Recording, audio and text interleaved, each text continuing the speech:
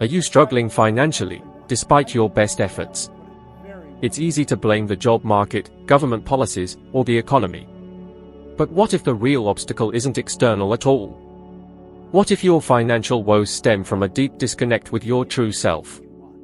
Think of it like this: you're trying to fill a leaky bucket, but you haven't even figured out what kind of bucket it is, let alone whether it's the right one for the job. Many people believe that financial success is simply a matter of hard work and smarts. But the truth is far more nuanced. It boils down to your core beliefs, the deeply ingrained self-image you carry around.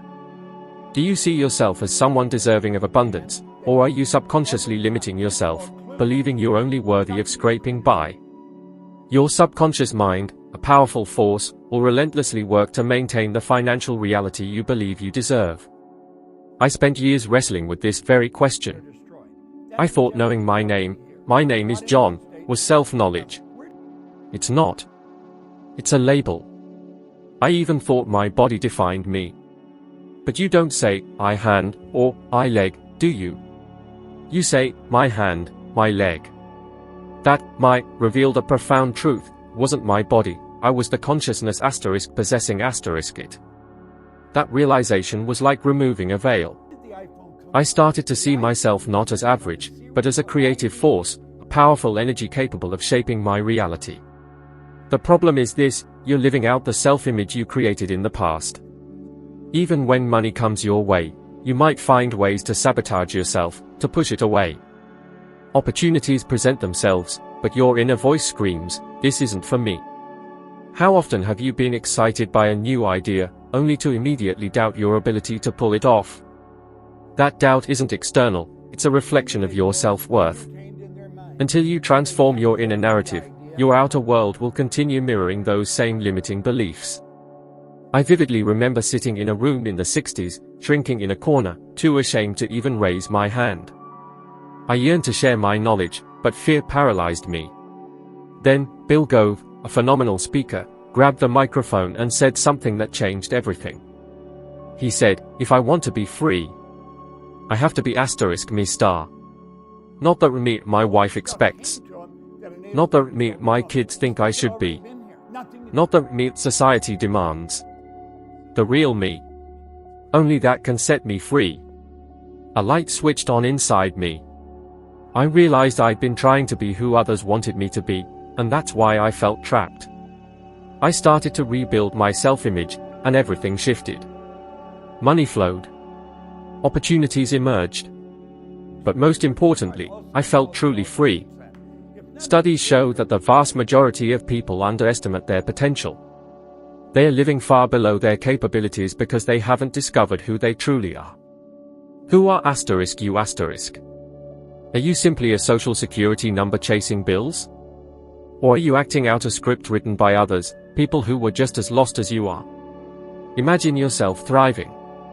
Picture yourself effortlessly attracting wealth, inspiring others, living a life of freedom and purpose. Feel it. Now, ask yourself, if you were that person, how would you act? How would you speak? How would you make decisions? You don't wait to become that person, you start acting as if you already are. Reality will realign itself around that new image. It's a fundamental law of the universe. It only works when you act accordingly. Your environment is a mirror reflecting your beliefs, even if you're not consciously aware of it. I've seen it countless times: brilliant, well-meaning people held back by their surroundings. Changing jobs, cities, even countries won't help if your core beliefs remain stagnant. It's like changing the pot but leaving the root rot. I spent 5 years visiting a maximum security prison in Canada. Many of the inmates were intelligent, some even brilliant. But the recidivism rate was shockingly high. Why? Because their world, the only world they felt they belonged to, was the world of crime. Their minds were so conditioned to that environment that even freedom couldn't break the cycle. How many people around you complain constantly about money, the government, their bosses, life itself? How often have you joined in, without even realizing the impact? This negativity directly affects your financial well-being. Science confirms that we're profoundly influenced by our social circles. Research shows that your financial and health habits are influenced even by the friends of your friends. If you surround yourself with people who believe wealth is impossible, that the world is unfair, then you'll start to believe it too. You'll act accordingly, and you'll remain stuck. It's like planting a tree in poisoned soil. I remember a woman at one of my events, a $1 million forum in the Laurentian Mountains. We placed a rose on each chair, all blossomed except hers, wilting every day. Someone commented, "I wouldn't live in a house where flowers can't grow." That was a powerful lesson. What was this woman carrying within that even affected a flower? How many people live like that, radiating negativity that prevents anything from thriving around them? This isn't mysticism, it's energy, vibration, shaped by your environment, your relationships, and your beliefs. Regent Park in Toronto is a perfect example. In the 1950s, it was a dilapidated housing project. The city demolished it and built beautiful modern buildings. But guess what happened? Years later, those buildings were decaying again. They removed the people from the environment of poverty, but not the poverty from within them. People earn more, but maintain a scarcity mindset. They change jobs, but continue thinking small. They believe they need to change cities when they really need to change their inner landscape and especially their social circles. Want to prosper? Observe who's in your corner. Are the people you spend time with uplifting you or drowning you in excuses? Ever notice how difficult it is to discuss your dreams with certain individuals? How they laugh, doubt, and discourage? It's not because they wish you ill, it's because they've given up on their dreams and can't tolerate seeing someone else try. I've become extremely selective about who I spend my time with, not out of arrogance, but because I know that if I'm surrounded by fear, I'll be pulled into it. Environment isn't just your physical location. It's what you hear, read, and repeat daily. You won't build a millionaire mindset hanging around victims. The most impactful decision you can make is to distance yourself from those who hold you back and draw closer to those who inspire you. It won't be easy. You might feel guilt or fear of loneliness. But the cost of staying in the wrong environment is a life unlived. You weren't born to be small, you were born to expand. That expansion starts with the courage to change your environment, both internal and external. How exhausting is it to constantly try to please everyone? How frustrating to live a life where every decision isn't yours, but dictated by others' expectations. Most people live as copies, diluted versions of what their parents wanted, what school imposed, what society dictated. The longer they spend being what others expect, the further they stray from themselves. That's where poverty begins, not in the bank account, but in identity. When disconnected from your essence, you live in fear, fear of rejection, failure, standing out. That fear paralyzes you, making you accept less than you deserve, giving up too soon, saying yes when your heart screams no. I see it all the time, talented, visionary individuals, full of energy, unable to break through. Why? Because they are trying to live a life scripted by someone else. Living someone else's script is a fast track to emotional, financial, and spiritual ruin. Years ago, I met a woman who worked at a large bank. High salary, benefits, stability. But she cried every day before leaving for work. It wasn't sadness, it was emptiness. She knew it wasn't her place. She wanted to open a music school but was afraid of her mother's disapproval, her colleagues' judgment, of appearing foolish for trading security for uncertainty. I looked into her eyes and asked, would you rather continue dying inside to maintain the appearance of a life that isn't yours? The next week, she quit. Months later, she wrote to me, it was the first time I felt truly alive. Her music school now transforms the lives of hundreds of children. And most importantly, she lives with purpose. I'm not saying everyone should abandon everything tomorrow. But everyone needs to look in the mirror and honestly ask, is this my life, or a performance for an audience? The world is full of outwardly successful but inwardly miserable people. Millions of fans, success, awards, money, yet unbearable loneliness inside. Sometimes, the price of being what the world wants is forgetting who you are. Stop asking permission to be yourself. Stop hiding behind masks that no longer fit. True freedom is waking up and saying, today, I'll live authentically, regardless of what others think. You weren't created to be a copy, you were created to be original. Your prosperity begins when you reconnect with your essence and act like the person you already are. For the next 7 days, before making any decision, ask yourself, does this bring me closer to or further from my true self? Be honest. You'll be surprised how much you do simply to keep up appearances. Life is too short to be trapped in the wrong character. The greatest wealth is living a life that reflects your true essence. When you do that, money follows because the universe responds to authenticity, not perfection. Most people wait for an invisible permission slip to prosper. They believe someone will magically appear and declare, you can be rich now. That permission will never come because you don't need it. You need self-awareness.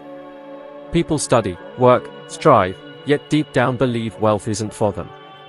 The universe doesn't respond to what you want, it responds to who you are, your vibration, your state of consciousness. If you vibrate in scarcity, seeing yourself as limited, small, unworthy, that's what you'll attract. Expand your consciousness, see yourself as part of something greater, a unique expression of infinite intelligence, and everything changes. You stop identifying with the problems and start identifying with the potential. It's not magic, it's law. The same energy that created a galaxy created you. The difference? The galaxy doesn't doubt who it is. You do. That doubt is what separates you from the money, the opportunities, the life you desire. People used to say, John, that's too abstract. People want to know how to make money, not who they are. I responded, they don't have money because they don't know who they are. Ever wonder why lottery winners often blow through their fortune in a few short years? Studies show that a staggering 70% become broke or heavily indebted. They change their bank balance, not their mindset. The money simply returns to its source, far from them. True wealth blossoms from a shift in self-perception. It's about understanding you're not just here to pay bills, sleep, and repeat. You're here to grow, evolve, create, and leave your mark. Your existence isn't an accident, it's an opportunity. But as long as you rely on external validation, you'll perpetually undervalue yourself. You accept a low salary because you believe you deserve it. You settle for emotional scraps because you think you're not worthy of more. This all stems from a distorted self-image. Listen closely, you aren't insignificant, you feel small. And that feeling? It's entirely changeable the moment you choose to wake up. I remember when I started putting this into practice. I already taught about the laws of mind, prosperity, inner image, but I reached a crossroads. Would I live like an ordinary person or someone who truly understands they are part of something bigger? I chose to live as if I already was. From that moment on, I acted, thought, and decided as if I already had it all. As if I'd already achieved my goals. And guess what? Reality responded. People sought me out. Opportunities appeared. Money flowed. Not because I asked, but because I aligned myself, harmonized with my desires. That harmony transforms everything. Science has proven the plasticity of the human mind. Neuroplasticity research shows the brain forges new connections with every new thought pattern. In short, when you think and act like someone prosperous, your brain reshapes your reality. You see new possibilities, make bolder decisions, and act like you're in charge. Look around you. How many people constantly complain, nothing ever works out, I'm unlucky, the world is unfair. They are not wrong, they are just unconscious.